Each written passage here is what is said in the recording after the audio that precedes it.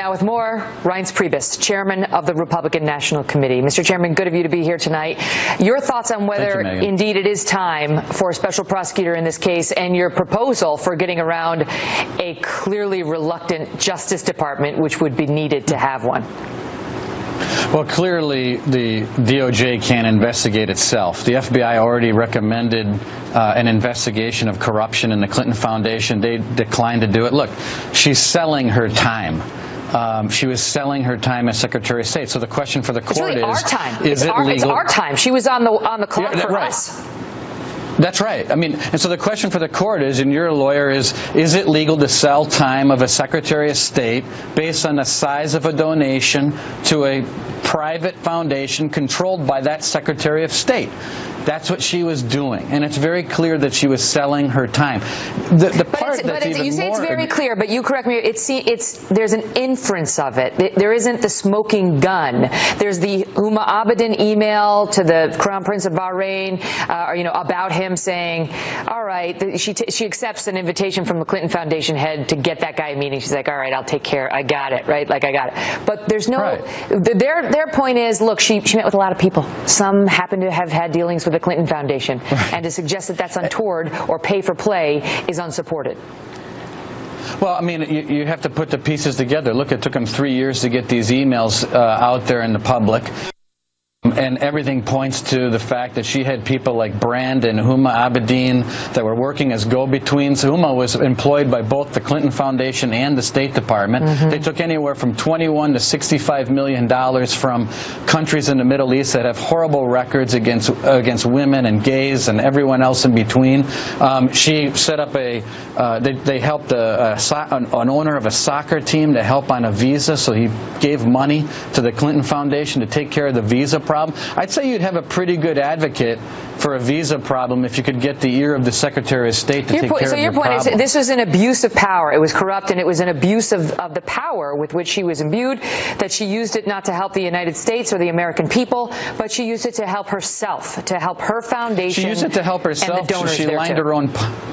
And they were lining their own pockets the whole way through, then following up and giving speeches for hundreds of thousands of dollars. What's also interesting is, look, now Bill Clinton is saying, well, if Hillary Clinton becomes president, we're going to step down from the Clinton Foundation. Well, how is that much different than being Secretary of State? I mean, not to mention the fact that they were using a private secret server to conduct a business that she tried to hide from us in regard to all of this information, let alone giving away state secrets. Of course, but the question is whether any of this is going to matter to the voters, because, look, Hillary Clinton's problems with the emails and even with the Clinton Foundation have, to some extent, been outed already in the public, and yet still we've seen a race, Mr. Chairman, in which Donald Trump is not succeeding right now. That, the Real Clear Politics average of all polls has him down 5.5 points to her.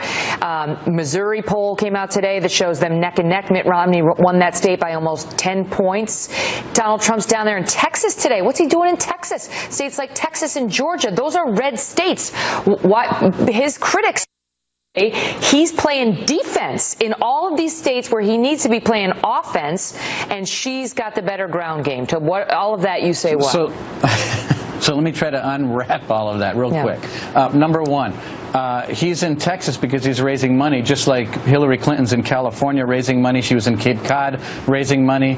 She was, obviously you have to go at times to fundraise in places like Dallas and Houston and Southern California, and that's what they're doing. As far as the polling is concerned, there was also polls that showed that Donald Trump is ahead in Iowa. He's ahead in Nevada. Yeah, he's got to be consistent, and I think they know that. I think that if he continues to be measured, continues to be prepared, consistent like he has been, he's had a great week, I think those polls are going to narrow. And I do think that Donald Trump can do that, and I do think that the polls are going to narrow. Now, back to the original part of this interview.